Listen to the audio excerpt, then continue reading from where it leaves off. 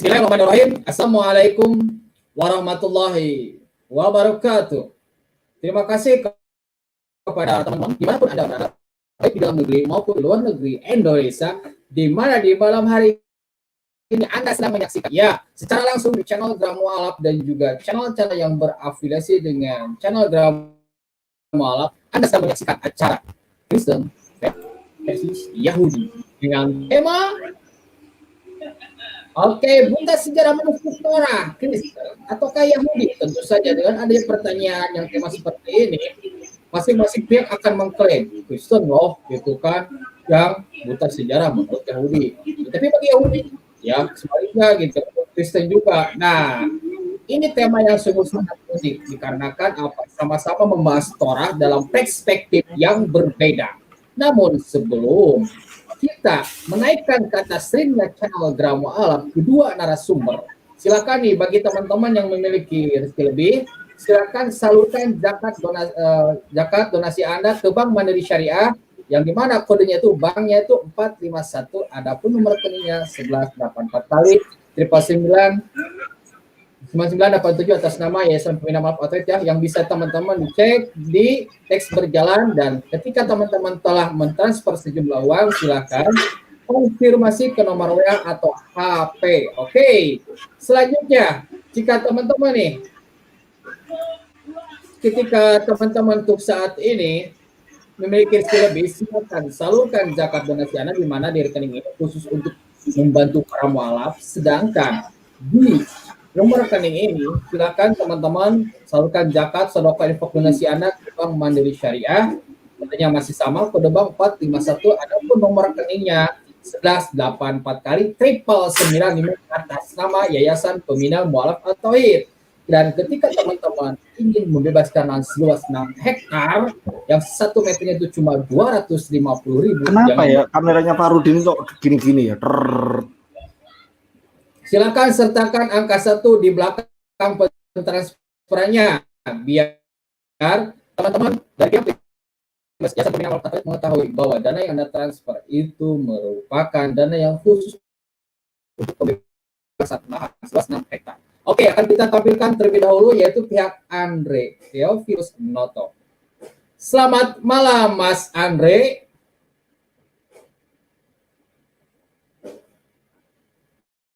Suaranya belum dengar suaranya. Oke. Terima kasih. Selamat malam. Oke. Selamat malam Indonesia. Selamat malam. Terima kasih kepada Mas Andre Noto. Selamat malam pula. Terima kasih ya yang telah hadir dan naik ke atas ringnya channel Gramu Alap, yang channel di mana ini terkenal dengan netral. Oke, sekarang pihak lawannya nih, Saudara Valen. Selamat malam Bang Valen.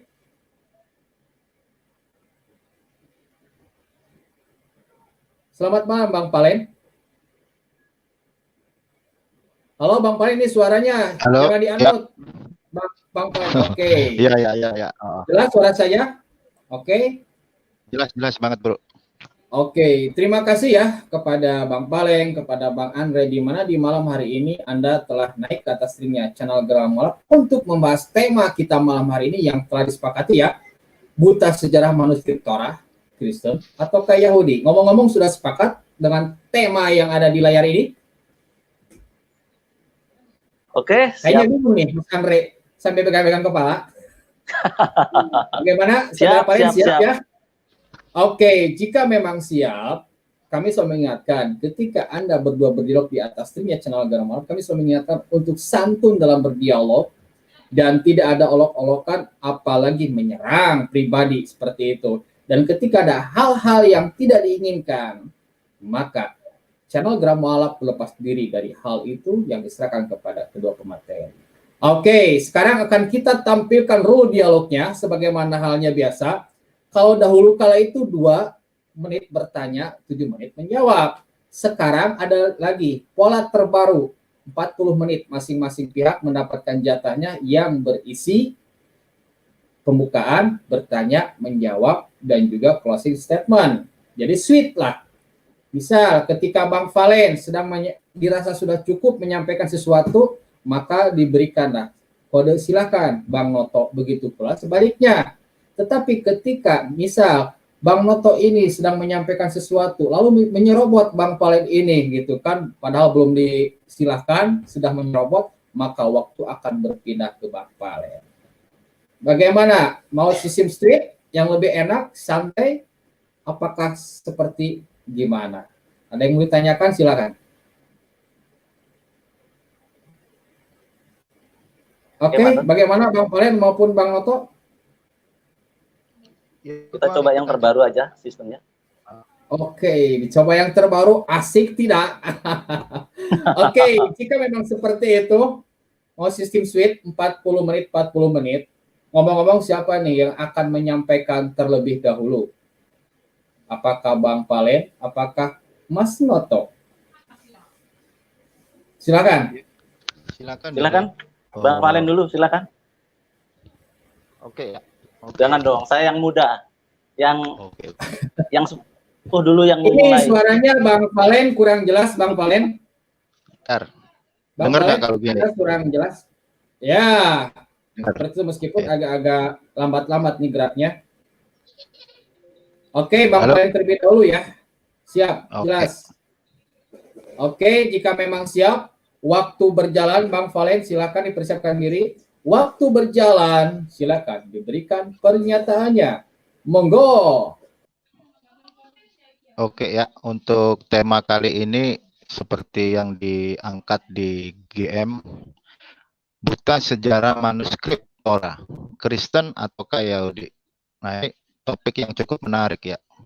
Kalau kita ngomong-ngomong perihal manuskrip Torah, ya kan, kita harus tahu dulu nih dasarnya Torah ini apa, definisinya apa gitu. Sebelum kita jauh membahas tentang manuskrip Torah gitu.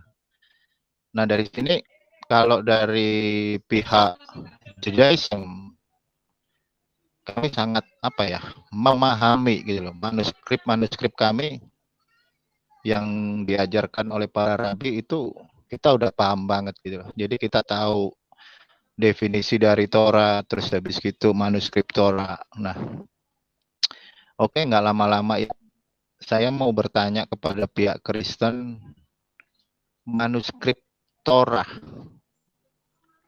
itu yang pertama kali itu dibuat oleh siapa coba? Terus yang kedua, yang satu aja dulu lah. Pertama kali Torah itu ditulis sama siapa gitu. Nah, nanti tolong jelaskan definisi dari Torah itu. Oke. Silakan, bisa dijawab. Oke, terima kasih. Ini langsung ya. Jadi nggak ada kata-kata pembukaan, selamat malam atau segala macam. Oke, nggak apa-apa. Terima kasih. Saya akan tidak langsung menjawab dulu. Saya akan sapa pemirsa. Terima kasih untuk Graha Mu'alaf. Terima kasih untuk channel-channel yang terafiliasi yang dulu sekitar 3-4 channel, sekarang ternyata sudah hampir mencapai 50 channel ya. Ini luar biasa. Saya lihat perkembangan dialog lintas agama khususnya yang diadakan oleh Graha Mu'alaf dan teman-temannya. Terima kasih juga untuk masyarakat Indonesia. Ini dalam konteks keindonesiaan ini sangat bagus menurut saya. Dialog-dialog seperti ini harus selalu ada, karena dengan demikian kita bisa memahami satu sama lain walaupun kita berbeda-beda, tetapi kita bisa memahami dan kita bisa sepakat untuk sepakat gitu kan bahasanya kan. Karena tak kenal maka tak sayang. Jadi kalau nggak ada dialog ya gimana kita bisa kenal gitu kan, seperti itu. Jadi ini sangat bagus. Saya rasa ini satu-satunya di dunia ada channel yang khusus konsen membahas tentang dialog lintas agama, bukan hanya Islam dan Kristen, tapi juga dibuka untuk agnostis, untuk ateis mungkin juga, untuk Hindu, untuk Buddha juga mungkin bisa aja. Next time bisa diadakan seperti itu kalau ada. Yahudi juga seperti itu, mungkin sekarang sudah ada Yahudi ya, Bang Valen dan teman-temannya mungkin yang mewakili di komunitas Yahudi yang ada di Indonesia, walaupun memang secara agama tidak diakui, mungkin belum negara belum memfasilitasi itu, tetapi ada sejarahnya bahwa komunitas Yahudi ada di Indonesia bahkan semenjak zaman Hindia Belanda itu. Dan sekarang ini mulai muncul lagi komunitas Yahudi yang khususnya Bang Valen dan teman-temannya ini. Oke. Tentang manuskrip Torah ya. Jadi ini sepertinya saya ngajarin bapaknya ini. Kalau saya ngomongin Torah ya, mau nggak mau kan yang punya Torah ini kan orang Yahudi. Kristen itu hanya nyangkok ibaratnya. Hanya dompleng, nyangkok hikmat dari Yahudi. Jadi seharusnya yang bertanya saya. Seharusnya yang bertanya umat Kristen yang bertanya gitu kan. Jadi malah dibalik. Jadi Bang Valen yang mewakili Judaism ternyata membuka pertanyaan, bisa jadi pertanyaan jebakan, ngetes gitu kan untuk umat Kristen. Tapi yang saya dengar Bang Valen ini belum lama menganut Judaism ya. Mungkin 1 bulan atau 2 bulan mungkin ya. Karena dulu saya sempat melihat Bang Valen ini justru mewakili kekristenan. Dan sekarang ternyata nyebrang ke Judaism. Nggak apa-apa. Ya mungkin perasaannya Bang Valen ini naik level gitu kan. Naik level ke Judaism. Saya hargai itu. Nah ini konteks ke-Indonesiaan pindah agama itu wajar gitu kan. Dan kita tidak bisa intervensi, ini hak pribadi orang-orang, setiap orang. Seperti itu. Ini menjadi contoh di Indonesia untuk orang-orang yang pindah agama gitu kan. Kita harus menghargai privasi orang seperti itu. Oke, kembali lagi ke pertanyaannya, masalah Torah ya. Torah ini ada 5 kitab, dari kitab Kejadian sampai Kejadian, Keluaran, Ulangan, Amat, Bilangan, ada 5 kitab. Menurut tradisi yang kita baca, tentu sejarah ini mungkin terkonfirmasi oleh bapak-bapak gereja, atau yang bapak-bapak gereja kan tentu orang Yahudi juga, yang mengetahui budaya Yahudi, yang memang sebagai ahli waris Yahudi, khususnya 12 murid Yesus itu adalah orang Yahudi, Yesus sendiri juga orang Yahudi. Nah kita mencangkok dari situ. Tentu bapak-bapak gereja di awal pun sudah mentransmisikan sejarah ini kepada orang-orang Kristen. Menurut tradisi, Torah itu ditulis oleh Musa dan kemudian dilanjutkan oleh Yosua. Musa dilanjutkan oleh Yosua karena belum sempat closing, Musa mati, lalu Yosua yang meneruskannya. Seperti itu sejarahnya. Tetapi saya melihat tidak semudah itu ya, tidak sesimpel itu. Saya lebih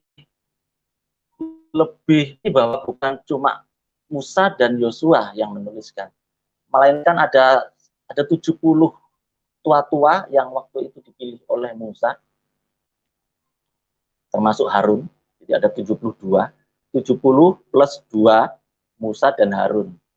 Ini mewakili 6 masing-masing 6 orang dari setiap suku. Jadi ada 12 suku dikali 6, mungkin sekitar 72 ya jumlahnya. Nah itu yang dipilih Musa untuk membantu dalam pelayanan Musa waktu itu. Dan ini saya melihat 5 kitab ini yang disusun dengan rumitnya, dengan disiplin penulisan yang ketat, ini nggak mungkin 2 orang. Jadi 70 orang yang membantu. Seperti itu. Ya, oke. Sampai di situ dulu, monggo, silakan dilanjut. Halo.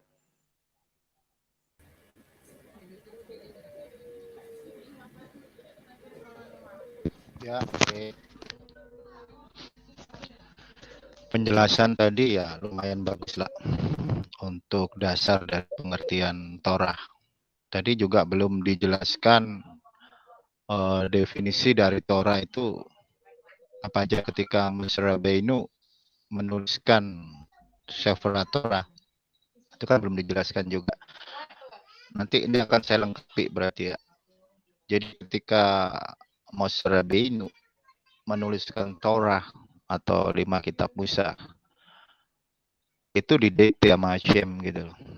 Jadi full Sefer Torah atau Humas itu Moshe Rabbeinu yang menuliskan full dan itu didikte sama Hashem. Dan untuk manuskrip Torah itu pertama kali yang menulis itu adalah Moshe Rabbeinu, itu ada di dalam Keluaran 24 itu ada di situ. Keluaran 24 ayat 4. Jadi Moshe menuliskan semua segala sesuatu firman Hashem. Nah, itu yang disebut dengan Torah Shebitaf atau Torah tertulis. Nah, nanti ada juga yang namanya Torah Shebalpeh atau Torah lisan. Tapi yang kita bahas adalah manuskrip Torah. Berbicara perihal manuskrip Torah kan. Jadi nggak bisa kalau Torah itu apa ya disamaratakan. Jadi Torah itu pengertiannya adalah instruksi. Dan dalam konsep Judaism, Torah itu dibagi menjadi 2. Torah Shebitaf atau Torah tertulis dan juga Torah lisan atau Torah Shebalpeh yang terdiri dari Mishnah dan Gemara. Nah, saya mau tanya kepada pihak Kristen juga perihal Septuagint. Bagaimana penjelasan dari pihak Kristen tentang Septuagint? Oke, lanjut silakan. Oke. Oh, jadi ini saya ditanya lagi. Oke, siap. Ya. Ini pertanyaan tentang Septuaginta ya. Septuaginta atau Septu itu 70. Septuagint itu bermakna 70 ya. Jadi ini tidak lain dan tidak bukan. Kode 70 ini sebenarnya juga mengikuti tradisi Yahudi. Tradisi Yahudi karena ada angka 70 tua-tua ya. 70 tua-tua yang dipilih Musa tadi. Ternyata budaya itu dipakai sampai sekarang mungkin malah ya. Tapi di waktu tulisan Septuaginta itu kan kitab terjemahan berbahasa Yunani ya. Jadi dari bahasa Ibrani ke bahasa Yunani. Dan pada waktu sekitar 400 sebelum Masehi ya. 400 atau 300 tahun sebelum Masehi itu orang yang pergi yang pulang pembuangan itu dikumpulkan oleh raja. Kemudian karena bercampurnya bahasa waktu itu banyak sekali di pembuangan di Persia, pembuangan ke Babil ya. Di zaman Nehemia waktu itu ratusan tahun, dan akhirnya anak cucu dari orang Yahudi ini berbahasa Yunani dan mereka sulit sekali melafalkan bahasa Ibrani atau merawat bahasa Ibrani itu. Akhirnya bahasa Ibrani menjadi bahasa kalau di tanah Jawa istilahnya bahasa kromo inggil ya. Bahasa yang hanya dituturkan dalam momen-momen tertentu. Hanya dituturkan kalau di Yahudi mungkin dituturkan dalam momen-momen keagamaan gitu. Pas Paskah, membaca kitab Taurat seperti itu, atau di sekolah-sekolah ya. Sekolah-sekolah keagamaan itu diajarkan. Tetapi bahasa mulut, bahasa logat sehari-hari mereka bercampur dengan Yunani, Suryani. Bahasa Suryani ya. Seperti sama Yesus kan akhirnya bahasa Yesus berbahasa Suryani. Nah, ini kan ada penutur berbahasa Yunani. Mereka tidak memakai bahasa Ibrani. Nah, ini percampuran ini berlangsung tercatat dari 300 tahun sebelum Masehi sampai di zaman Yesus. Bahasa Ibrani menjadi bahasa eksklusif yang hanya dituturkan di saat-saat keagamaan. Nah, berangkat dari situ, raja mengumpulkan orang-orang Yahudi, dikumpulkan, akhirnya dipilihlah 70 orang untuk menerjemahkan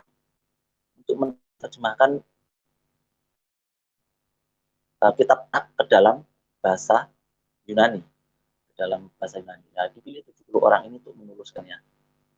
Karena kenapa kok dipilih angka 70? Karena berangkat dari tradisi Musa memilih 70 tua-tua. Jadi ada sekitar 1300 tahun tradisi itu dirawat. Ada 70 pembantu Musa. Dan angka ini dipertahankan di zaman setelah pembuangan ke Babel, di zaman gubernur Nehemia. Seperti itu. Ini menurut tradisi gereja yang mengajarkan kita bahwa Septuaginta ditulis oleh orang-orang yang dipilih dari setiap suku Israel. Dari 12 suku Israel ini diambillah masing-masing 6 orang untuk menulis dan menerjemahkan kitab Tanakh berbahasa Ibrani ke dalam kitab baru yang berbahasa Yunani. Jadi kita meyakini Septuaginta adalah perwakilan dari orang-orang yang pilih ini, orang-orang Israel dari 12 suku ini. Seperti itu. Terima kasih. Kalau kurang monggo ditambahkan, nggak apa-apa, biar kita bisa dengar dari versi Yahudi seperti apa, dan ini bisa menjadi konsumsi masyarakat banyak, khususnya di channel Graham Mu'alaf. Monggo silakan.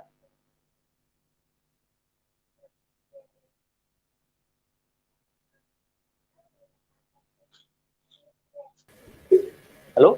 Silakan Bang Valen. Oke. Silakan dilanjut. Monggo. Oke, ya tadi Septuagint atau Pentateuch itu diterjemahkan menurut pihak Kristen 70 orang ya. Benar nggak? Ya, benar. Nah, kalau kita ngelihat data dan sejarah, saya screen dulu.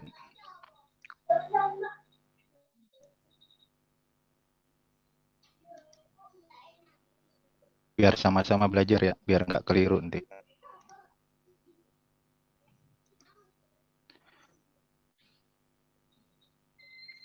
Kok nggak bisa ini share screen?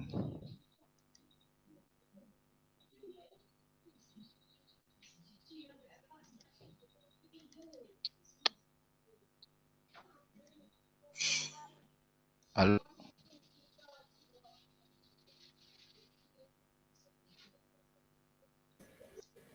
Oke, kalau share screen itu mau PDF atau gimana? Kalau PDF coba share screen, dicek caranya itu jendela aplikasi.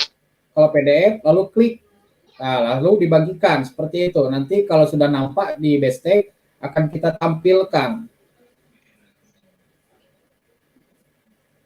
Silakan. Sambil berjalan saja Bang Valen, monggo.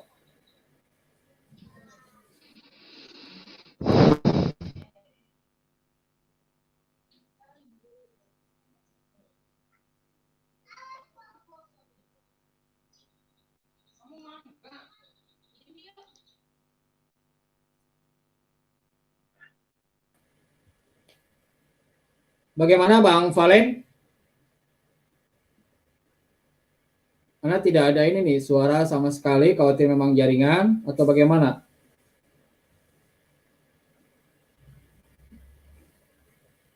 Halo Bang Valen?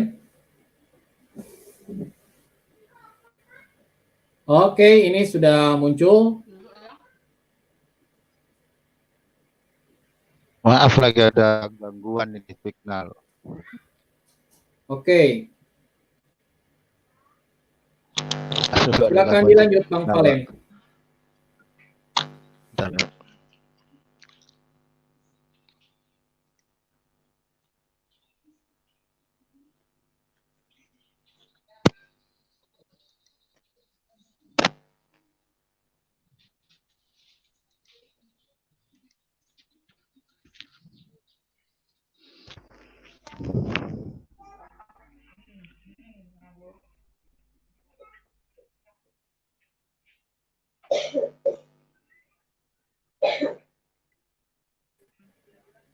Oke, sambil menunggu Bang Valen ini siap sedia, silakan nih bagi teman-teman yang ingin berdialog seperti halnya Bang Valen maupun Bang Noto, silakan Anda jangan lupa untuk mendaftar di bio linknya yang ada di teks perjalanan ini, ya seperti itu. Silakan daftarkan diri Anda dan jangan lupa isi form pendaftarannya, karena tidak sedikit orang yang mendaftar langsung tetapi tidak mengetahui bahwa di sana itu sudah diterapkan form pendaftaran, dan perlu diketahui bahwa dialog ini di StreamYard. Oleh karena itu bagi siapapun yang ingin naik ke atas ring, silakan kalau yang belum tahu cara menggunakan StreamYard bisa dicari di Google ya tutorialnya. Oke, bagaimana Bang Valen? Sudah bisa? Oke, waktu berjalan, silakan disampaikan sanggahannya. Monggo. Oke, ya, menurut pihak Kristen bahwa Septuagint itu diterjemahkan sama orang Yahudi 70 itu keliru sebenarnya.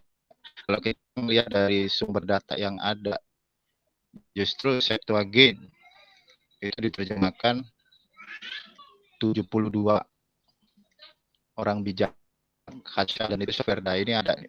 Di sini ada nih.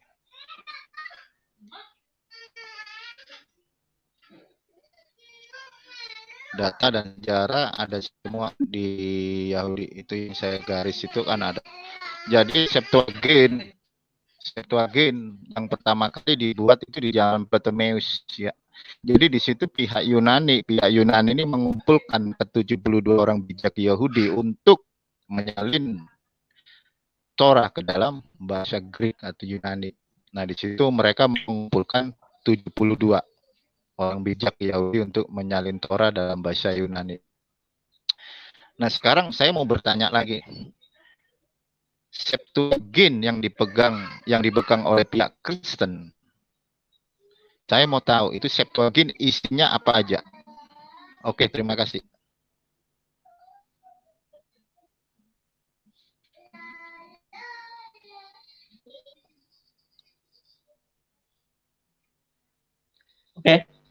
Oke, ya bisa dijawab.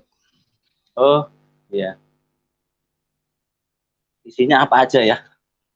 Wah, ini pertanyaan by data ini ya. Mohon maaf saya ini kalau saya jawab seadanya, saya hanya berdasarkan ingatan, mungkin salah. Itu pasti salah. Karena ini by data ya. Pada intinya kalau bicara soal data tentu saya harus ada persiapan, dan tadi ternyata saya minta mundur untuk 1 hari untuk persiapan, diundur untuk besok, ternyata nggak bisa sama panitia Pak Farudin, dan harus hari ini. Oke, akhirnya saya oke lah, nggak apa-apa seadanya. Kalau untuk soal ini yang menurut ingatan saya ya tentu Septuaginta itu dari kitab Torah 5 kitab sampai kitab Maleaki ya. Itu ada berapa kitab itu? 66 kitab ya. Tapi kalau ini saya terus terang saya harus buka data, harus mengingat-ingat, dan harus membaca lagi menurut sejarah kekristenan. Tapi intinya ini kita bicara di atas dilandasi dengan akal dilandasi dengan kejujuran dan niat baik ya. Kalau ternyata data-data dari Yahudi mengatakan bahwa kekristenan salah, itu bisa dibicarakan, karena memang pada intinya semua dilandaskan pada itikat yang baik. Jadi tidak ada sejarah yang harus ditutup-tutupi. Di dalam kekristenan kan ini agama yang paling terbuka. Kekristenan paling terbuka. Kalau misalnya memang ada ternyata kitab Septuagintanya orang Katolik ya, orang Kristen itu hanya jumlahnya 66, lalu data yang disimpan oleh orang-orang Yahudi cuma 60 ya, itu kita bisa bicarakan. Alasannya apa? Tentu orang-orang yang kompeten di bidang ini tentu juga sudah sama-sama saling mengkonfirmasi dan saling menjaga. Karena memang tradisinya sejak Bapak Gereja, kita saling menjaga dan saling melihat. Dan uniknya, Judaism, kita perjanjian lama, di zaman Bapak-Bapak Gereja itu kan saling mengkonfirmasi. Orang-orang Kristen awal pun ngintip nih, oh komunitas Yahudi gini begini. Nah, kemudian orang-orang Yahudi pun ngintip juga, kitabku diapain aja gitu, dirusak enggak? Cara menerjemahkannya bagaimana? Udah bener enggak? Begitu kan? Soalan-soalan seperti ini kan kekristenan sudah sangat terbuka. Akhirnya menjaga kitab itu sendiri tidak dimanipulasi. Karena ada dua kubu yang saling menjaga, saling bermusuhan dan saling mengintip, spionase. Jadi iklim sudah mengkondisikan kitab Musa terawat dengan baik. Walaupun ada bayang-bayang, plagiasi nih, Kristen, orang-orang Kristen di luar Yahudi ini ngerusak kitab Yahudi. Tapi ternyata enggak juga. Kita bisa saling konfirmasi dan bisa saling menjaga, karena pada dasarnya diniatkan dengan itikat yang baik. Tidak ada yang ditutupi, tidak ada yang disembunyikan, dan dilandasi dengan kejujuran. Seperti itu. Jadi, menurut saya ini boleh, ini selalu berkembang ya. Bahasan-bahasan ini bukan hanya tentang jumlahnya berapa, tetapi tentang konfirmasi penerjemahannya, metode penerjemahannya, mana yang mengalami distorsi makna, karena latar belakang tata bahasa, latar belakang budaya kita antara Yahudi ke Yunani, kemudian Yunani ke bahasa Latin, dari bahasa Latin Italia ke bahasa Inggris, bahasa Belanda, bahasa Jerman. Ada banyak transmisi penerjemahan. Akhirnya sampai ke bahasa Melayu Baba dan ke bahasa Indonesia. Ini kan kompleks sekali masalahnya. Jadi kalau pun toh ditemukan distorsi yang tidak sesuai dengan maknanya, ini bisa saling konfirmasi dan kita perbaiki. Ini di sini uniknya karena dilandasi dengan itikat yang baik. Seperti itu. Monggo, silakan.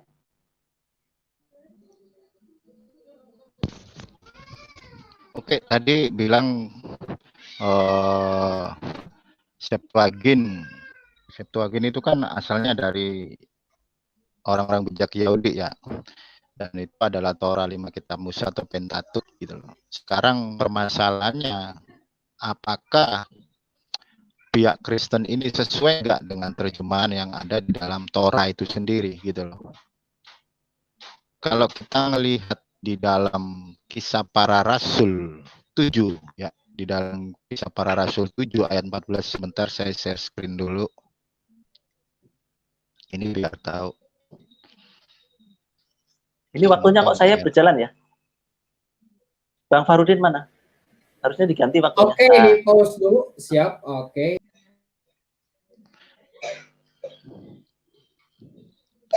Di dalam Kisah Para Rasul 7 ayat 14 ya kan. Kemudian Yusuf menyuruh menjemput Yakov, ayahnya dan semua sanak saudaranya. Itu 75 jiwa banyaknya. Nah, kalau kita korelasi ke dalam Torah, di dalam Kejadian 46 ya, di dalam Kejadian 46 ayat 14 kalau nggak salah. Ayat 24. Ayat 24 sampai bentar. Kejadian 46 ayat 27. Anak-anak Yusuf yang lahir baginya di Mesir ada 2 orang. Jadi keluarga Yakub yang tiba di Mesir seluruhnya berjumlah 70 jiwa gitu. Kalau kita ngelihat di dalam Kisah Para Rasul ditulisnya 75 jiwa gitu loh. Sedangkan kalau dalam Hebrew, dalam bahasa Hebrew-nya itu tertulisnya Shifim gitu loh.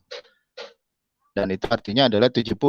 Sedangkan di dalam Kisah Para Rasul itu menuliskan 75 jiwa gitu loh. Nah, PB ini kan kitabnya orang Kristen. Jadi bagaimana mungkin bisa pihak Kristen ini sangat-sangat ceroboh ya. Kisah Para Rasul ini mungkin saya rasa sangat ceroboh gitu loh.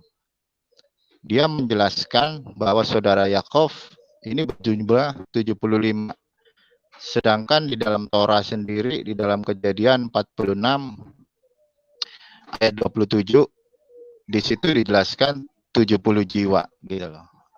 Nah, yang jadi pertanyaan, bagaimana bisa kitab Perjanjian Baru ini bisa berbeda dengan Torah gitu loh. Bisa dijelaskan masalah masalah jumlah itu. Oke, silakan. Coba saya ditunjukkan ayatnya yang Perjanjian Lama. Perjanjian Tolong Lama ada ditunjukkan ya di dalam ayatnya. Kejadian 46 ayat 27.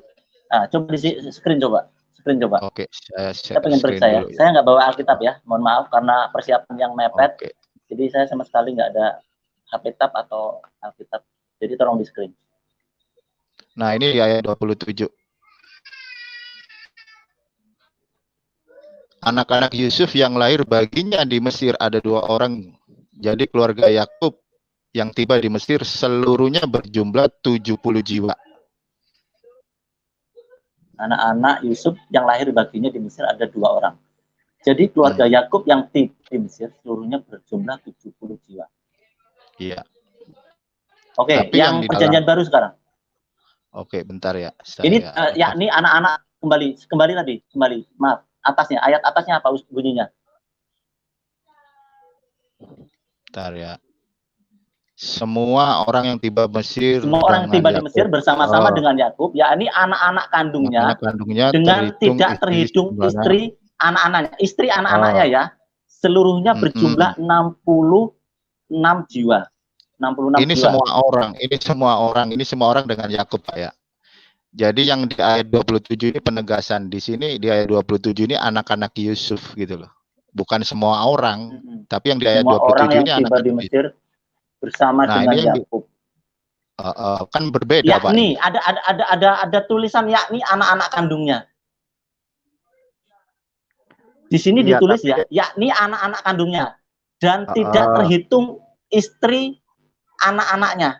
Artinya yang tiba itu tidak terhitung 70 orang. Harus dipahami dulu. Mohon maaf, ini harus dipahami dulu. Bukan 70 orang dan bukan 75 orang.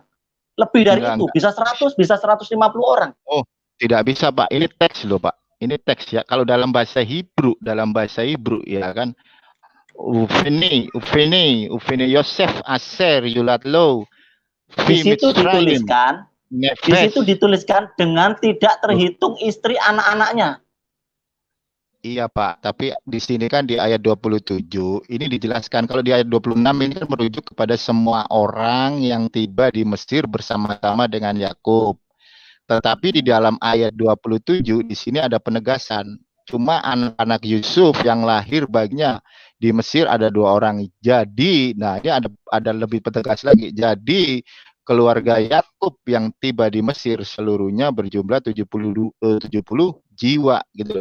Sedangkan di dalam Kisah Para Rasul ayat 14, kemudian Yusuf menyuruh menjemput Yakub ayahnya dan semua sanak saudaranya 75 jiwa banyaknya. Jadi ada, kalau kita ngelihat di dalam Kejadian, Bapak harus bisa membedakan. Kalau di ayat 26 di sini kan semua orang yang tiba di Mesir bersama dengan Yakub. Nah, semua orang ini belum tentu saudaranya Yakub gitu. Makanya di ayat 27 dijelaskan. Dan kenapa harus jumlahnya 70, ya kan?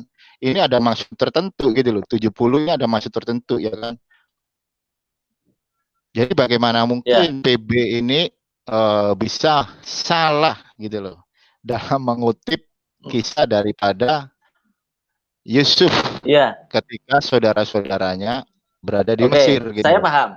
Ini saya paham. Perjanjian baru dituliskan 75 orang. 5 orang ini mungkin Yakub sendiri dengan 4 istrinya tidak dihitung, bisa aja kan? Ada 4 istri Yakub, Lea, Rahel, Bilha, dan siapa satunya? Itu kan ada 4 istri. Sama Yakub sendiri 1 orang. Nah, di situ ditulis 70 orang itu mungkin anak keturunan Yakub. Orang istri-istri dari anaknya aja nggak ditulis. Artinya 12 anak Yakub itu punya istri. 12 istrinya aja tidak dicatat. bagaimana juga itu bisa juga mengkonfirmasi bahwa istrinya Yakub sendiri yang 4 orang itu juga tidak dicatat juga. Bisa jadi, ya kan? Jadi kita bisa melihat sebenarnya tradisi Yahudi yang dihitung itu hanya laki-lakinya, identik dengan laki-laki yang dihitung atau anak-anaknya yang dihitung, karena di situ pun ditulis bahwa tidak termasuk istri-istri dari anak-anaknya. Jadi 12 istri anak-anak Yakub ini tidak dicatat di situ.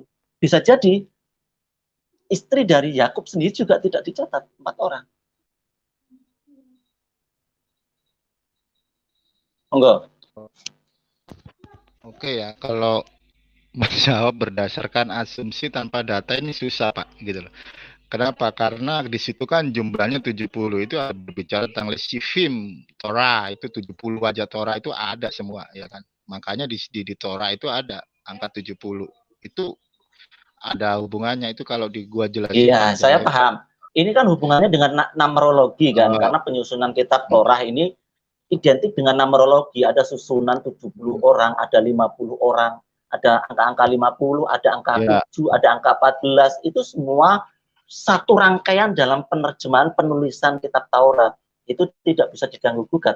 Makanya dikonfirmasi di Perjanjian Baru yang sudah tidak memakai metode numerologi, mereka tulis 75 orang. Tetapi pada intinya kan ini tetapi pada enggak dulu, tunggu dulu Pak. Jadi pada intinya PB kisah para rasul ini kan mengutip apa iya yang benar. Ya benar kan, mengutip dari Torah. Torah menjelaskan bahwa ada 70 jiwa, ya kan. Dan PB sendiri menuliskan 75, ya kan. Jadi ada suatu ada suatu error gitu, error dalam konteks angka, ya kan. Mungkin bisa saja salah atau apa, tapi kalau bagi saya bisa jelaskan itu. Saya bisa jelaskan berarti, itu karena memang penulisan kitab Taurat tidak memungkinkan untuk menulis 75 orang, makanya di situ ditulis tidak termasuk istri-istri dari anak-anaknya. Makanya supaya menghindari angka itu, angka 75 dia tulis 70 untuk mempertahankan numerologinya. Angka 70, angka 7, angka 14 itu kan identik dengan kode-kode yang ada di dalam Perjanjian Lama, khususnya kitab Taurat. Kitab Torah itu kan disusun dengan kode-kode numerologi yang dipertahankan untuk mempertahankan identitas dan riwayatnya supaya tidak di copy paste gitu istilahnya, tidak bisa sembarangan ditulis seperti itu. Tetapi dalam Perjanjian Baru tidak demikian, karena Perjanjian Baru sudah atau memang tidak memakai metode numerologi untuk menulis, untuk membuat esai, membuat sebuah narasi. Makanya dia jumlahkan beserta bisa juga dengan istri-istri Yakub berjumlah 4 orang. Itu selisih. Dan saya melihat ini bukan masalah serius ya.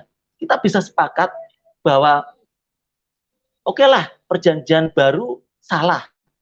Penulisnya kitab Kisah Para Rasul, penulisnya ini ngawur misalnya. Saya bisa sepakat misalnya sampean mengatakan kitab Kisah Para Rasul ini ngawur cara nulisnya, kenapa kok ditulis 75. Tetapi tidak bisa mengubah identitas kekristenan. Ini tidak bisa mengubah iman orang Kristen. Jadi bukan soal yang jantungnya kekristenan, tidak di sini, bukan soal angka-angka. Ini bisa saling konfirmasi. Misalnya nih kita sepakat nih, oke, orang Kristen salah, kita bikin konsili misalnya, kita kumpulkan semua orang-orang cendekiawan, orang-orang Yahudi, kita undang ke Roma, kita ganti aja tulisannya, kita ganti aja 70 orang di kitab Perjanjian Baru, nggak ada masalah, nggak mengganggu kitab Perjanjian Baru, nggak mengganggu sama sekali. Oke, saya ingin ini sampean sudah 3 kali tanya ya. Saya ingin bertanya sekarang. Sampean ini motivasinya apa? Kenapa kok dari kekristenan lalu nyebrang ke Yudaisme ini apa? Kira-kira apa? Ada pewahyuan apa yang sampean terima? Gantian sekarang saya yang bertanya. Monggo. Ya, saya akan jawab pertanyaannya ya. Jadi kenapa saya bisa dari kekristenan nyampe ke Judaisme? masuk ke dalam praktisi Judaism. Karena saya sebagai manusia kita kan diberi tuh akal, budi, pikiran. Kita diberi kayak begitu.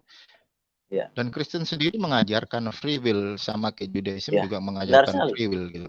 Nah, Benar sekali. ketika saya beriman ya, ketika saya beriman, iman itu kan kita tidak melihat namun kita percaya kan gitu. Nah, Ya. ketika kita beriman untuk mengetahui kebenaran, bagaimana cara kita mengetahui kebenaran itu? Kan ada yang namanya kitab suci gitu. Nah, dari kitab suci itu saya mulai belajar. Ketika saya mempelajari LPB dulu, saya lebih condong ke Netsarim ya, atau Messianic Judaism gitu. Dan saya bukan Kristen yang replacement teologi ya. Ini PB saya aja Hebrew. Ini perjanjian baru bahasa Ibrani. Jadi saya paham banget gitu. Di dalam PB itu juga tertulis 75 jiwa gitu. Dan kenapa saya kok bisa pindah dari Netsarim Messianic atau kekristenan lebih dan pindah ke Judaism. Di situ saya melihat gitu loh. Saya ambil satu contoh ya. Saudara siapa ini namanya? Andre ya, saudara Andre kan tahu. Yesus bagi saudara Andre itu kan Raja Mesias. Dia adalah Tuhan dan Juru Selamat. Benar nggak? Ya, benar sekali. Inilah kekristenan. Identitas kekristenan adalah menuhankan manusia. Tuhannya orang Kristen manusia. Ini identitas kita. Dan saya meyakini itu. Monggo. Berarti kalau Yesus itu adalah Tuhan, berarti dia nggak pernah salah dong. Ya nggak bisa juga. Itu logika manusia yang mempersepsikan Tuhan nggak pernah salah. Tuhan bisa saja salah. Oke. Bagaimana mungkin Tuhan bisa salah? Loh ya mungkin. Sampai kan manusia.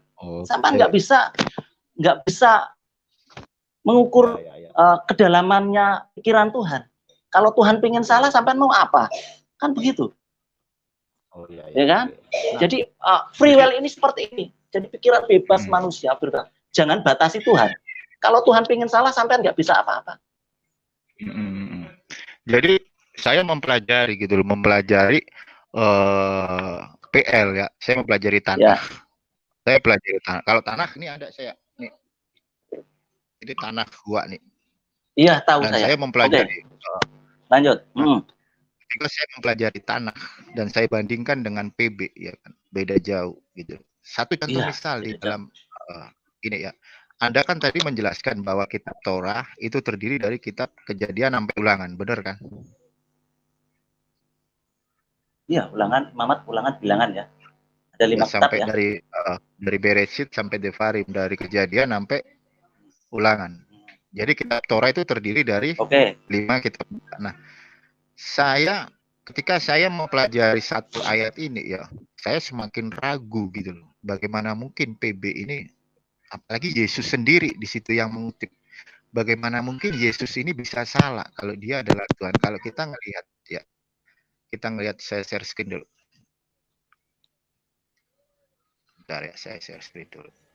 Maaf, di stop dulu ya waktunya. Maaf, karena saya perhatikan itu semakin bergeser tema di malam hari ini. Bukan kenapa Yesus Tuhan gitu kan, seperti itu. Tetapi ini buta sejarah manuskrip Torah, Kristen atau Yahudi. Seperti itu saya ingatkan kepada kedua pembicara. Biar tidak melenceng temanya, makanya saya ingatkan dan saya tampilkan ini temanya. Seperti itu. Silakan dilanjut, monggo. Iya, ini nggak melenceng jauh kok Pak Farudin. Ini tetap dalam manuskrip Torah gitu loh. Jadi ada hubungannya. Nah, di dalam Yohanes pasal 15 ayat 25 di sini Yesus ini kan mengutip kitab Torah gitu kan. Tetapi firman yang ada tertulis di dalam kitab Torah mereka harus digenapi. Dan di sini ada kalimat mereka membenci aku tanpa alasan. Sedangkan di dalam Torah itu nggak pernah ada kalimat mereka membenci aku tanpa alasan. Justru kalimat mereka membenci aku tanpa alasan ini adanya di dalam Mazmur.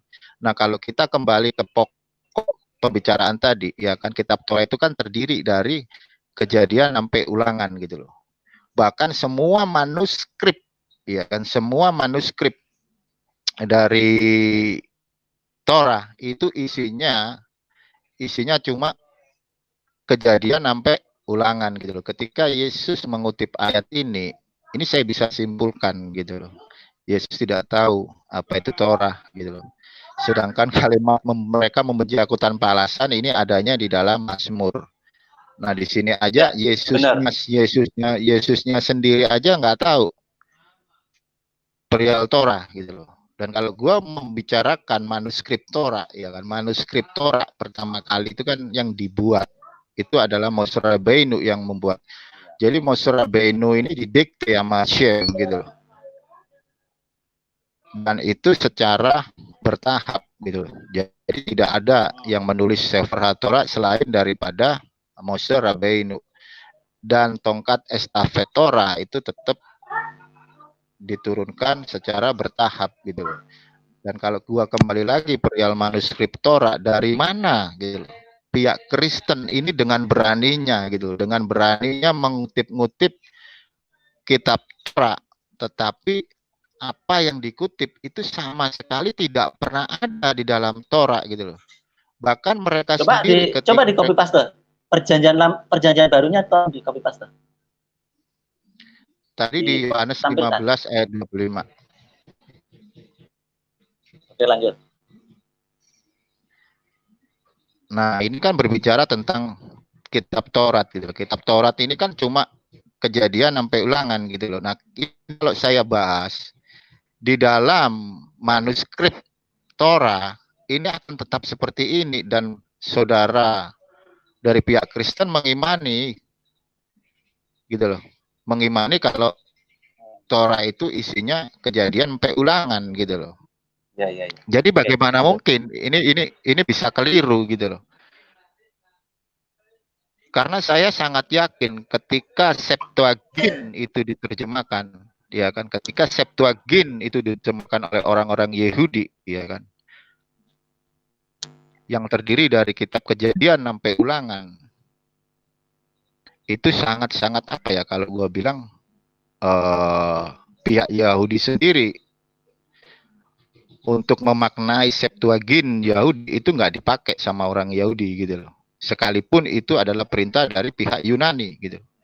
Jadi orang-orang Yahudi ini punya manuskrip Torah itu ada dan itu disimpan di dalam Aron Abrit, ya kan. Jadi dari waktu ke waktu sampai kepada zaman Esra, ya kan. Setelah zaman pembuangan Babel itu kan dulu Torah itu kan ada yang namanya Kitab Ifrit dan juga Kitab Asyurit, ya kan. Kitab Ifrit itu adalah yang paling lama dan Kitab Asyurit itu adalah yang terbaru, itu di zaman Esra gitu loh. Jadi bagaimana mungkin pihak Kristen ini bisa menyalahgunakan apa yang tertulis di dalam Torah gitu loh. Nah, ini yang membuat saya keluar dari kekristenan gitu loh. Saya punya logika, saya punya pikiran gitu loh. Jadi kalau perihal literal saja ini udah salah, bagaimana mungkin saya bisa percaya untuk yang berbicara tentang alegoris, makna rahasia, bagaimana saya bisa percaya jika yang literal aja udah salah gitu loh.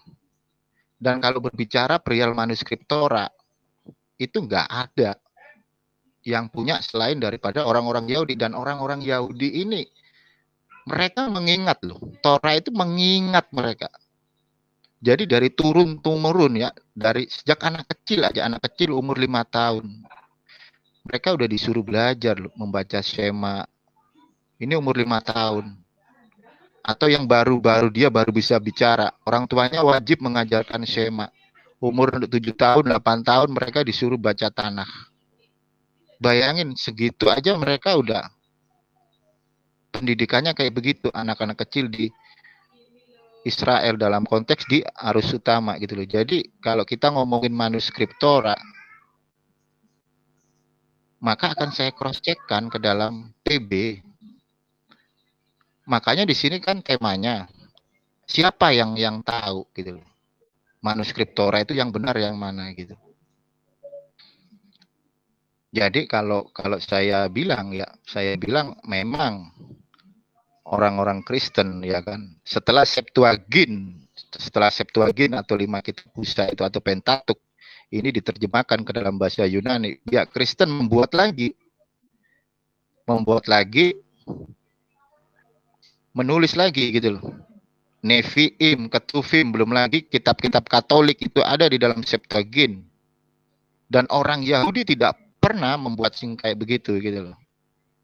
Orang Yahudi hanya membuat 5 kitab Musa itu aja. Itu yang disebut Pentateuch gitu.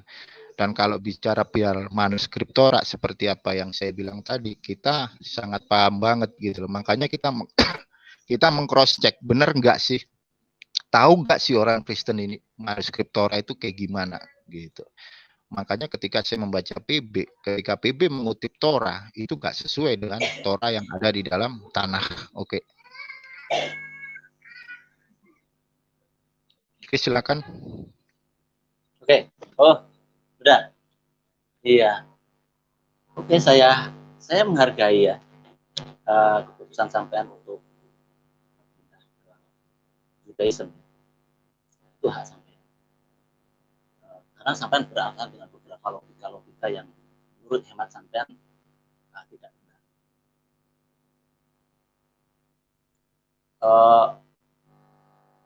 Khusus tadi yang kitab Yohanes ya, kenapa di situ ditulis Taurat?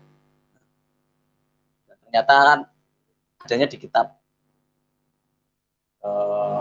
Mazmur ya, yang menulis Daud ya.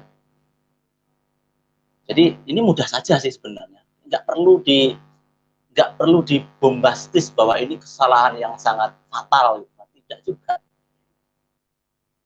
Jadi Yohanes bisa aja salah tulis.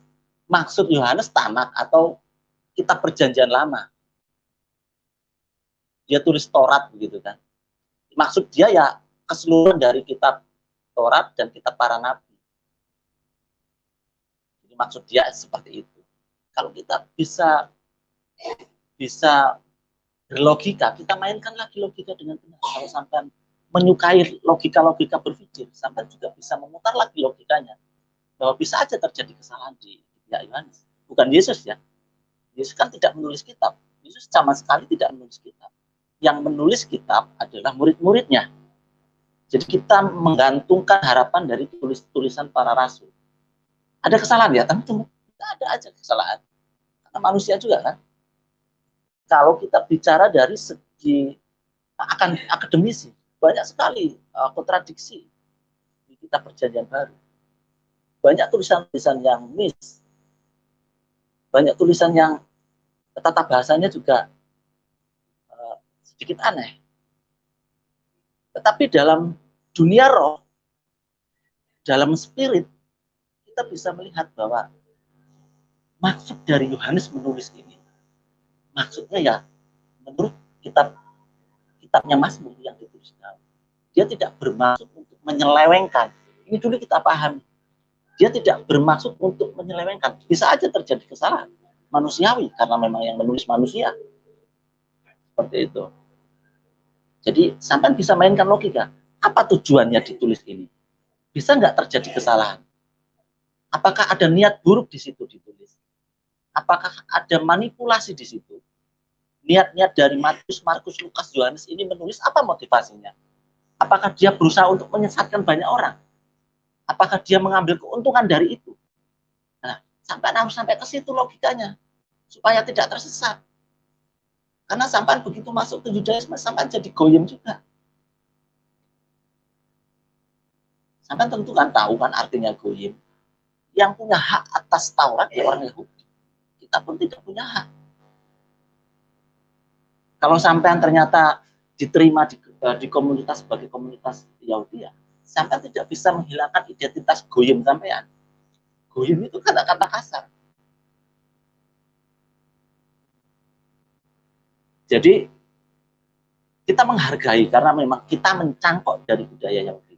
Jadi yang punya hak waris Taurat tentu orang Yahudi. Kita hanya nyangkok, mengambil budaya-budayanya aja. Yang baik diambil, yang menurut logika saya baik saya ambil. Yang bisa menuntut saya ketika hal-hal yang bisa membuat saya berubah menjadi baik, berhikmat, itu saya ambil. Ini hikmat kekristenan, agama yang berkembang. Nggak mati di situ, nggak stagnan, harus berkembang. Setiap saat bisa dikoreksi. Dan kita terbuka untuk dikoreksi. Jadi menurut saya sampai tadi masalah penulisan tadi. Kenapa di sini ternyata di kitab Taurat tidak ada, adanya di kitab Mazmur? Itu wajar. Kenapa kok bisa sama murtad? Karena harus berpikiran bahwa kitab suci harus benar-benar tidak lepas dari kesalahan. Nah, itu logika sesat sampean. Karena tulisan manusia bisa saja salah. Tetapi secara spirit, tulisan-tulisan itu bisa membangun hidup sampean menjadi lebih bagus dan menjadi baik. Bahkan bisa mengenal Tuhan yang benar. Melalui tulisan-tulisan yang sederhana tadi. Ya, ini baru kehidupan spiritual. Barang siapa menyembah harus menyembah dalam roh dan kebenaran. Dengan logika yang tumpul tadi. Logika dan roh itu bisa berjalan beriringan. Saya juga main logika. Logika saya mengatakan kitab perjanjian baru bisa salah. Mengutip-ngutip perjanjian lama bisa salah. Tetapi tidak ada maksud dan tujuan buruk di situ. Ini dulu dicatat, digaris bawahi. Bahwa para murid menulis dengan itikat baik. Seperti itu. Oke, silakan, monggo.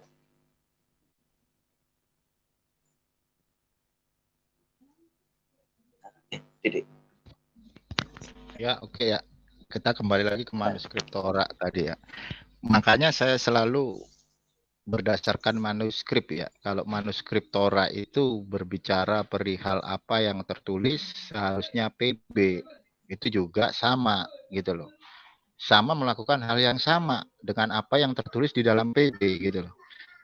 Jadi jika di dalam manuskrip Torah itu sendiri yang megang orang-orang Yahudi, terus habis gitu PB ya kan. PB itu zaman Yesus saja belum ada PB loh. Jadi setelah Yesus sekitar berapa abad PB baru muncul gitu loh. Dan ketika PB ini muncul, kalau kita ngelihat di dalam tulisan PB itu kan kalau dalam doktrin Kristen sendiri bahkan tertulis di dalam kitabnya orang Kristen. Itu tulisan diilhami sama Roh Kudus gitu loh. Yang namanya Roh Kudus nggak bisa salah lah. Oh, nggak bisa juga begitu. Nggak bisa pakai logika seperti itu, Bang Valen. Ya, Roh Kudus membimbing berdasarkan. Biar saya selesai ngomong dulu, nanti kalau saya ngomong silakan. Jadi bagaimana mungkin Roh Kudus itu bisa salah? Bagaimana mungkin Roh Kudus itu bisa error gitu? Bagaimana mungkin Tuhan itu bisa error? Tuhan sendiri yang menyatakan, Tuhan sendiri yang mendikte, yang mendikte Moshe Rabbeinu ketika menulis Torah. Dan di dalam manuskrip itu juga seperti itu. Dan tiba-tiba ya kan, di zaman Yesus dan setelah zaman Yesus muncul kitab yang namanya Perjanjian Baru atau dalam Hebrew Brit Hakadasa. Dan apa yang tertulis di dalam Brit Kadasa yang mengutip sebagian dari Torah dan kitab para Nevi'im itu semua keliru gitu. Makanya saya juga heran gitu.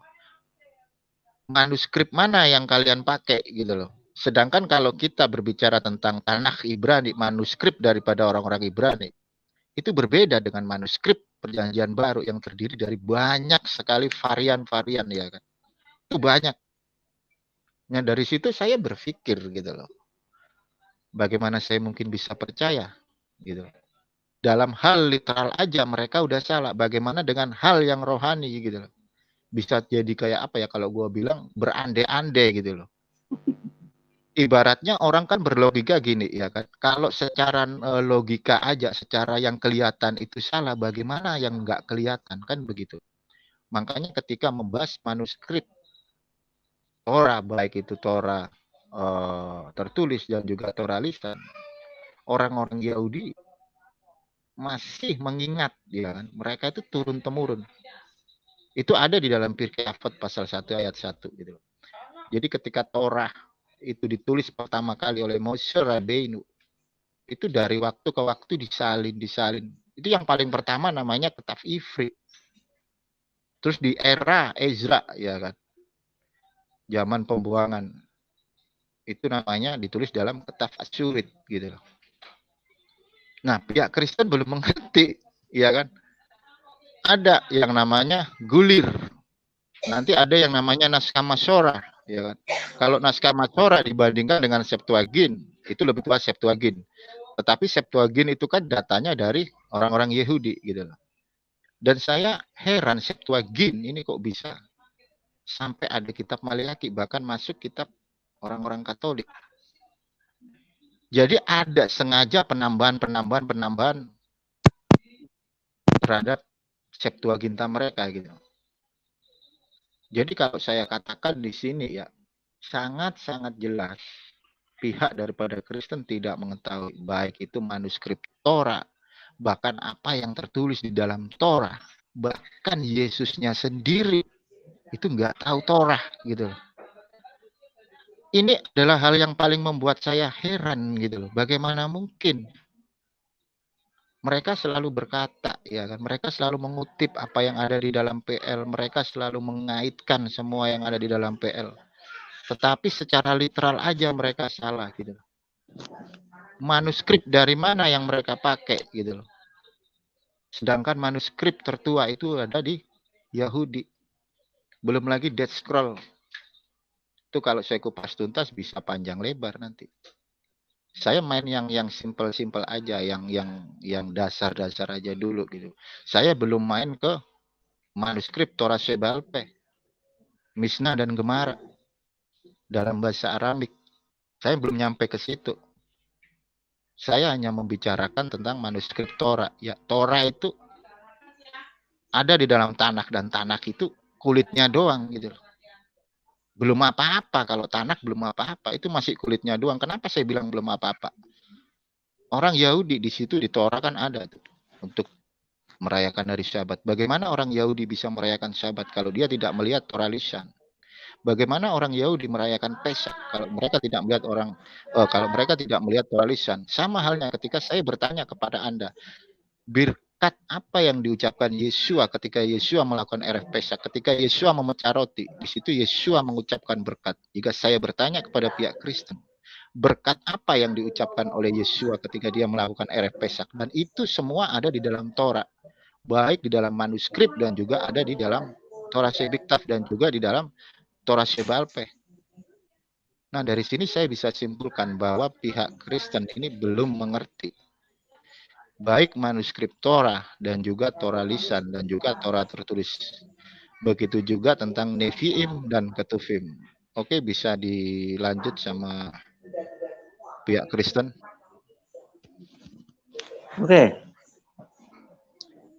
Oke, menarik sekali. Sampai ternyata hanya soal-soalan yang bukan spiritual ya, bukan rohani menurutku ya. Sampai kalau boleh saya katakan sampai terjebak dengan literasi. Dunia sampean berada di dunia literasi, textbook atau logika narasi. Sampean terjebak di situ, bahwa hidup harus berdasarkan teks, harus berdasarkan textbook. Padahal sampean sendiri tadi mengatakan free will, kebebasan berpikir. Manusia itu punya kebebasan untuk berpikir. Dan sampean ternyata menolak kemerdekaan itu, sampai justru mengikatkan diri kepada keterikatan. Dan ini ya saya hargai itu. Sampean lakukan saja dengan benar, hidup sampean dengan Torah, lakukan saja. Nilai-nilai yang ada di Torah itu lakukan saja. Sampean bisa hidup dengan itu, sampean bisa berbuat baik, sampean bisa berubah, bisa menghidupi nilai-nilai baik yang ada di situ, lakukan. Free will. Tetapi saya tidak akan, saya melihat kekristenan ada di puncak kebenaran menurut saya, karena saya memang orang Kristen. Saya percaya Kristus. Taurat sangat indah sekali. Saya percaya Taurat sangat bagus. Sangat indah, ditulis dengan disiplin yang baik. Dengan standar penulisan yang sangat tinggi. Sampai rawat saja. Cukup indah Taurat. Kitab Taurat sampai kitab para nabi sangat indah. Tetapi keindahan itu hanya keindahan narasi yang menurut saya sudah digenapi di dalam Kristus. Dan kekristenan lahir karena Kristus, karena Yesus, karena pekerjaan yang dilakukan oleh Yesus. Dan kita sudah sangat merasa sangat indah sekali. Indah mana antara narasi dengan penggenapan? Saya justru penggenapannya ada di dalam Kristus. Yesus telah menggenapi tulisan-tulisan yang tersembunyi, teka-teki yang ada di perjanjian lama, kitab para nabi, kitab Mazmur. dan kitab Taurat, Yesus menggenapi banyak sekali tulisan-tulisan yang ada di sana, dan ini keindahannya yang menjadi berkat bagi orang Kristen. Kalau sampean kembali lagi ke perjanjian lama ya nggak apa-apa, itu hak sampean. Hidupi aja dari nilai-nilai itu sampean hidupi. Kalau saya melihat kekristenan adalah penggenapan dari kitab-kitab Taurat dan kitab para nabi, karena Yesus melakukan pekerjaannya dan menggenapi itu, dan kita menerima berkatnya. Ada banyak bangsa-bangsa yang akhirnya menjadi menerima berkat dipindahkan dari Israel ke suku-suku yang lain, dan suku-suku yang lain itu ternyata ada saya di situ. Ini hak bebas kita untuk memilih. Tapi soal manuskrip yang narasi tadi sampai mengatakan ini salah, ya benar memang, ya salah. Sampai yang sampean katakan itu semuanya benar. Toh memang benar juga, kita juga sudah akui. Saya sendiri mengakui bahwa ada keterbatasan cara penulisan kitab perjanjian baru. Tapi tidak mengurangi makna yang ada di situ. Tidak mengurangi pesan yang ada di situ. Nah, inilah contoh cara menyembah yang benar. Jangan terpaku dengan tulisan, dengan narasi, dengan textbook. Kita punya hak bebas, jangan terikat dengan itu. Kita punya free will. Dan ini terus berkembang, manusia punya free will. Bahkan sampai saya bisa mengatakan bahwa kitab perjanjian lama itu banyak dongengnya. Bisa aja. Oh, Adam sampai Nuh itu dongeng. Loh, bisa aja. Dan saya meyakini itu, Adam sampai Nuh dongeng. Bahkan saya hampir meyakini juga bahwa Ayub dan Ayub dan Yunus juga dongeng. Kitab Ayub dan kitab Yunus itu kitab legenda. Saya juga hampir meyakini itu. Tetapi sampai merawatnya, nggak apa-apa, kembali lagi ke situ. Saya Kristen. Kadang-kadang saya berbeda dengan yang lain. Karena saya sendiri lebih menyukai ilmu pengetahuan dan sains. Saya percaya teori Darwin. Saya percaya Adam itu dongeng. Sampai Nuh juga dongeng. Saya meyakini itu dongeng, dan saya tidak kehilangan iman saya sebagai orang Kristen yang menyembah Yesus. Dan sampean sendiri gagal memainkan logika itu, ya nggak apa-apa, sampean pilih menjadi orang Judaisme. Rawat dengan baik, itu sudah menjadi bagian yang baik untuk sampean. Oke, monggo dilanjut. Silakan.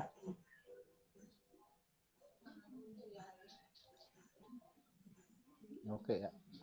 Jadi ketidaktahuan pihak Kristen perihal manuskrip ya memang harus saya sadari gitu loh.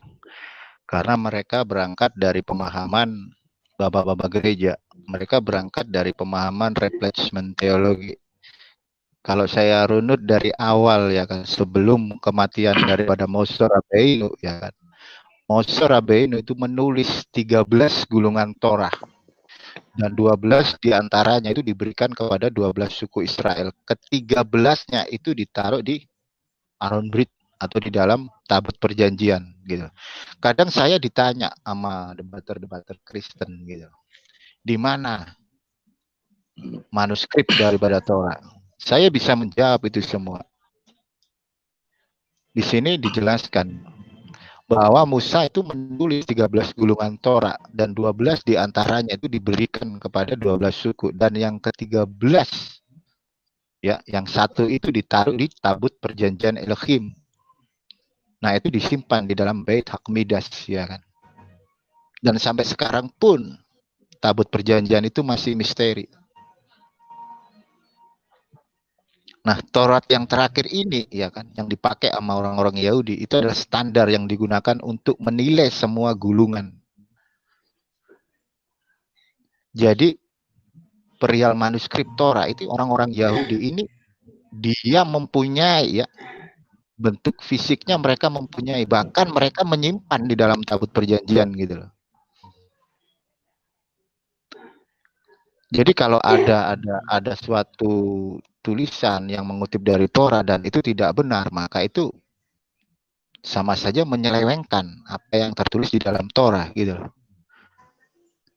Satu contoh misal ya kan, di zaman Manasye ya kan, itu kalau saya convert di perhitungan kalender Ibrani ya, itu tahun 3228 sampai 3283 ya kan. Itu ada upaya ya kan, musuh-musuh daripada manusia ini menghancurkan Torah gitu. Dan itu disembunyikan gitu. Nah, pada pemerintahan Yosia ya kan, sekitar tahun 3303 atau sekitar 458 ya kan, Torah ini ditemukan kembali gitu loh di dalam Beit Midas. Itu ada semua datanya kami gitu. Bahkan seorang yang bernama dijuluki Hiliha ya kan, itu kalau nggak salah dia adalah Kohen gitu. Dia menemukan Torah ya, dia menemukan Torah Sebiktaf ya, Torah yang tertulis ya kan, itu ada di dalam 2 Tawarik 34 ayat 14. Jadi Raja Yosia menggunakan itu sebagai kesempatan untuk mendedikasikan kembali rakyat-rakyat Israel pada ketaatan terhadap Torah itu sendiri gitu. Nah, itu sejarahnya panjang kalau saya mau jelaskan gitu loh. Dan sampai di zaman pengasingan Babilonia sekitar tahun 423 sampai 353 SM, di situ ada penurunan ya perihal Torah gitu loh. Ada perkawinan silang, dan itu sampai di zaman Ezra dan Nehemia. Nah, ketika Ezra dan Nehemia ini kembali ke Eretz Yisrael ya kan, mereka memulihkan teks Torah ke tempat asalnya. Dan Ezra ini juga menulis gulungan Torah yang sama sesuai dengan tradisi turun-temurun di dalam Pirkei Avot pasal 1 ayat 1. Bayangin loh, dari zaman Moshe Rabbeinu hingga ke Ezra dan Nehemia, dan Ezra sendiri menuliskan gulungan Torah ya di dalam Ketaf Asurit. Nah, itu yang Ketaf Asurit itulah yang digunakan standar sampai sekarang gitu loh. Dan itu ada ya kan di dalam gulir. Kalau tahu gulir, kalau yang saya pegang ini Tanakh yang dalam bentuk buku, itu ada yang namanya gulir, itu yang biasanya diangkat sama orang Yahudi kalau pas hari raya Simchat Torah. Itu standar gitu loh.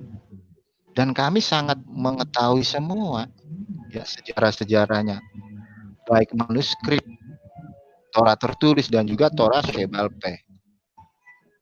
Jadi pihak Kristen, saya menyadari kalau pihak Kristen tidak tahu, apalagi saya ketika membahas apa itu Ketaf Ivri, apa itu Torah dalam bentuk Ketaf Asurit. Mungkin Kristen belum sampai ke sini, tetapi pihak Judaism, aliran utama ya, Ortodok Judaism, itu mereka mengerti semua sejarah-sejarahnya manuskrip kitab mereka gitu loh. Oke, lanjut. Iya, menarik sekali. Ya itu memang menjadi hak dan kewajibannya orang-orang Yahudi, Judaism untuk merawatnya, merawat tradisi-tradisi tulisan tadi. Itu menjadi kewajibannya Judaism. Itu bukan menjadi kewajibannya kekristenan. Karena kekristenannya kan pada dasarnya sudah tergenapi di dalam Kristus, di dalam Yesus sebagai Mesias. Jadi kita sudah terlalu indah untuk menyelami Yesus sendiri. Kita sudah nggak fokus sama Taurat, fokus kita sama Yesus. Sudah sangat indah, itu sudah kebahagiaan yang tak terperi. Tidak bisa ditukar dengan apapun bagi iman kekristenan. Jadi kalau sampai mengatakan kekristenan tidak kompatibel soal narasi, ya itu tugasnya Yahudi, tugasnya Judaism untuk merawat itu. Tidak kompeten kekristenan untuk merawatnya. Kalaupun toh kekristenan merawatnya, tentu itu yang dirawat itu kan peninggalan-peninggalan kayak manuskrip, papirus, itu pun sudah dirawat, ada di Museum Roma Italia kan ada, semua tersimpan. Bahkan sendok pun ada di sana. Sendoknya perabot-perabot yang di dalam Bait Allah waktu pembuangan zaman Nehemia dan Ezra, pembuangan ke Babilonia, itu di situ kan piring saja tercatat. sendok aja tercatat. Bakul kuali-kuali persembahan semuanya tercatat dibawa ke Babilonia, dan itu beberapa bagian dirawat juga di Museum Romawi. Kita rawat itu, kalau ada kita rawat. Kalau sampean dari Judaisme menitipkan untuk merawat manuskrip, ya kita terima juga. Serahkan saja di Roma, di Museum Roma. Di sana diterima dengan baik dan dirawat. Tentu. Di sana juga ada kitab Tanakh yang dirawat. Nah, kalau sampean mempertanyakan itu, ya itu kan menjadi haknya sampean untuk merawat. Judaisme untuk merawat manuskrip itu, dan tidak perlu mempertanyakan kompatibelnya orang Kristen untuk merawat. Kita nggak punya kapasitas untuk itu, karena kita bukan ahli waris Taurat. Kita ahli waris dari penggenapan Taurat itu, Yesus. Kita sudah terlalu indah memikirkan tentang Yesus. Tidak bisa ditukar apapun dunia ini. Jadi kita soal perjanjian lama akhirnya kembali lagi ke Yesus juga. Kita memakai perjanjian lama, membaca dalam setiap doa-doa. Kembali muaranya juga ke Yesus juga ujung-ujungnya.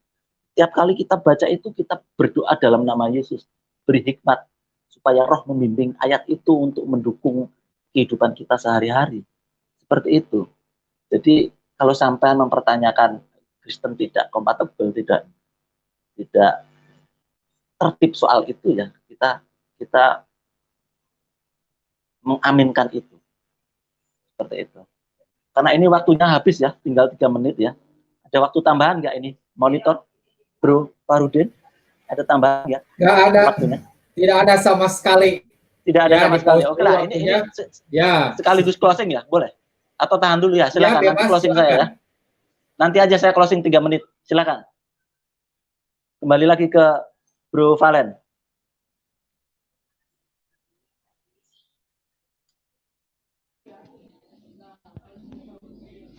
Ya, oke. Jadi bisa saya maklumi kalau pihak Kristen tidak mengetahui manuskrip Torah ya. Ya. Karena sesuai dengan topiknya, mungkin saya bisa mengarahkan ya. Jadi ketika kita membahas software ya kan, yang menulis Torah, nanti ada software, nanti ada lagi yang namanya tikun softrim ya kan. Nah ini ada yang namanya perbaikan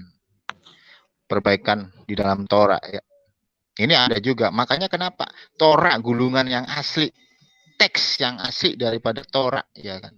Kalau orang Kristen ngomongnya manuskrip, mereka ngomong manuskrip, tetapi di dalam manuskrip itu ada tanda baca.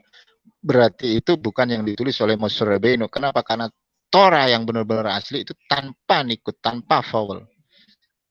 Itu gulungan Torah yang asli, dan itu ada di dalam tabut perjanjian Hashem.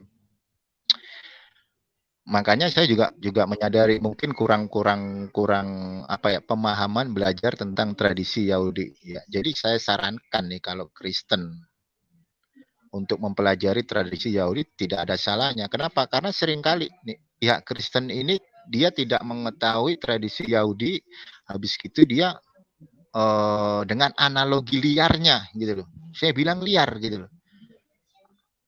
Mereka seakan-akan mengklaim gitu loh. Mengklaim bahwa kitab tertua itu adalah Septuagint. Nah, di sini Salah loh itu. Salah kalau itu. Ya, dulu. Kristen mana yang bilang begitu? Saya pernah berdialog ya kan. Saya pernah berdialog ya. Mungkin orangnya menonton ini gitu. Jadi seakan-akan mereka itu membawa suatu pemahaman ya kan. Ketika membahas perihal Septuagint ya kan, mereka bertanya, di mana manuskrip Torah itu gitu. Dan saya jawab mereka itu. Ketika mereka menjawab di mana manuskrip Torah, sedangkan Septuagint itu ada gitu. Maka pertanyaan di manakah manuskrip Torah itu adalah pertanyaan yang konyol. Kenapa saya bilang konyol? Jika mereka bertanya di mana manuskrip Torah, sedangkan Septuagint atau Pentateuch itu ada, kan benar begitu, bro? Iya. Jadi Septuagint kan adanya 300 tahun sebelum Masehi. Waktu setelah pembuangan di zaman Nehemia dan Ezra. Itulah baru disusun. Jadi ada sebagian dari, kadang saya juga bingung. Kebanyakan Kristen ini punya doktrin yang beda-beda gitu loh. Iya, Beda-beda. Satu berkata benar, seperti itu, yang benar lain sekali. berkata seperti ini. Iya, Itu saya benar sekali. sampai heran gitu loh. Bahkan manuskrip ya kan, bahkan manuskripnya sendiri aja berbeda-beda varian gitu loh. Ya mungkin saya bisa analogikan ya, berbeda-beda tetapi satu, mungkin kayak begitu ya dari pihak Kristen. Ya, sekalipun yang satu bertentangan dengan yang lain, nah ini berbeda tetapi satu makna, kan kayak gitu kalau orang Kristen ngejelasin gitu loh. Dan untuk masalah membahas perihal manuskrip mungkin sangat panjang gitu. Saya harus bisa apa ya, menerangkan Iya, secara detail. Saya tidak memakai pemahaman saya sendiri. Saya tetap memakai dari pemahaman orang-orang bijak Yahudi. Jadi saya tidak boleh mengeluarkan statement berdasarkan analogi saya sendiri, saya nggak berani gitu. ya, Jadi saya benar. tetap sesuai data dengan apa yang disampaikan oleh para rabi di Yahudi, karena para rabi di Yahudi tetap mengambil dari sejarah-sejarah mereka yang Iya, sesuai dengan tertulis, baik itu di dalam Torah lisan dan juga di dalam Torah yang tertulis. Itu ada semua rentetannya. Makanya ketika orang-orang Yahudi membaca Tanakh, mereka mempunyai urutan. Mereka membaca satu pasuk, mereka akan melihat rasi. Habis itu melihat rasi, mereka melihat Misna. Habis Misna dia melihat Gemara. Habis itu nyampe ke Midras. Nah, kayak begitu. Ini orang-orang Yahudi dalam mempelajari kitab suci, baik itu yang ada di dalam manuskrip maupun di dalam naskah-naskah, ya kan. Beda sama orang Kristen. Orang Kristen main comot ayat dan menafsirkan dengan analogi mereka sendiri. Nah, kayak iya. begitu. Jadi saya apa ya, kalau gua bilang saya maklumi kalau pihak Kristen kurang paham perihal manuskrip Torah yang benar itu yang kayak gimana. Oke, terima kasih. Masih ada waktunya 1 menit itu. Oke, nggak apa-apa. Oke, lanjut Nanti Bro nggak ada kesempatan Andri. lagi. Nggak ada kesempatan ngomong. Ah, nggak apa-apa. Oke, terima kasih Bro Valen ya. Inilah bedanya antara Judaism dan kekristenan. Uh, Beda sekali. Bang Valen ini kan tidak bisa sembarangan bicara. Begitu sembarangan bicara nanti ditegur, disomasi, bisa-bisa. Karena mengatakan apa yang salah, tidak sesuai dengan manuskrip dan tradisi Yahudi. Seperti itu. Nah, ini ikatan-ikatan ini yang sampean harus bawa, sampean terikat dengan itu. Kalau kekristenan beda, beda sekali. Sampean lihat tuh ya dialog dengan saya aja. Saya sangat begitu liarnya. Bahkan saya tidak mewakili Kristen yang lain. Orang Kristen masing-masing punya kemerdekaan untuk menerjemahkan cintanya akan Tuhan. Bebas, sebebas-bebasnya. Kalau kamu cinta sama Tuhan Yesus, kamu ungkapkan dengan caramu. Seperti itu. Nggak harus sama dengan yang lain. Ini identitas kekristenan seperti ini. Beda sekali dengan sampean yang harus ngomong harus hati-hati. Salah ngomong bisa disomasi. Seperti itu. Sampean terikat dengan itu. Kalau salah ngomong bisa ketakutan sampean. Bisa ketakutan. Bisa disomasi benar nanti. Nah, ini sampean yang harus bawa. Ya nggak apa-apa. Saya hargai itu karena sampean memang untuk memilih untuk itu. Nggak apa-apa. Yang penting dirawat dan sampean bisa menjadi berkat untuk diri sampean sendiri dan sampean hidup oleh itu. Kalau kekristenan kan hidup oleh Yesus. Dan ini menjadi hak kita dan ini menjadi warisan kita dari nyangkok tadi. Nyangkok dari Judaism. Di situ ada Yesus yang menggenapi kitab Taurat dan kitab para nabi. Dan kita menjadi berkat, kita nyangkok di situ dan kita hidup. Kekristenan agama merdeka. Kalau anak sudah memerdekakan kamu, maka kamu benar-benar merdeka. Ini yang harus diingat bahwa Yesus memerdekakan semua orang Kristen yang percaya Yesus dimerdekakan. Bahkan saya ngomong sesuka hati saya, tidak bisa disama dengan orang Kristen yang lain. Masing-masing punya persepsi yang berbeda-beda. Ini kekristenan. Terima kasih ya Bro Valen yang bisa berdialog malam ini. Ini menjadi contoh juga untuk masyarakat Indonesia dan untuk masyarakat Muslim yang menonton channel ini. Saya mengucapkan terima kasih untuk Geraha Mu'alaf. Mudah-mudahan channel ini terus diberkati Tuhan dan menjadi sarana contoh teladan bagi dunia. Dunia yang semakin kalut, dunia yang semakin kejam. Kita melihat kabar-kabar di media sosial, di televisi, semuanya tentang hal-hal yang tidak mengajak kita untuk akrab. Nah, ini saya berharap besar untuk channel Geraha Mu'alaf menjadi contoh komunikasi. Terima kasih. Itu. Terima kasih Saudara Andre Noto. Namun ini ada waktu sisa 1 menit 5 detik karena sudah diakhiri oleh Bang Palen. Ya sudah.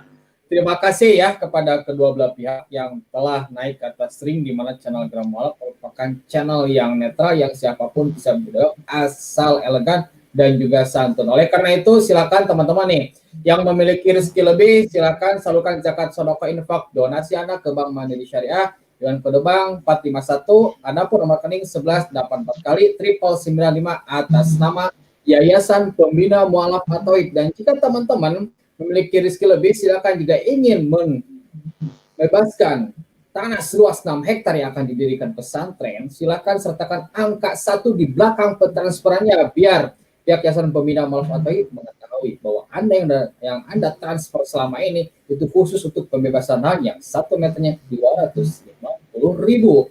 Oke, silakan bagi siapapun yang memiliki rezeki lebih dan bagi yang ingin berdialog sudah kami live chatkan ya, sebarkan ke live chat persyaratannya seperti apa. Oke. Maaf jika kami ada salah-salah kata maupun sikap, yang pasti semoga dialog ini bisa menjadi contoh bagi siapapun para penontonnya. Bila taufiq wal hidayah, assalamualaikum warahmatullahi wabarakatuh.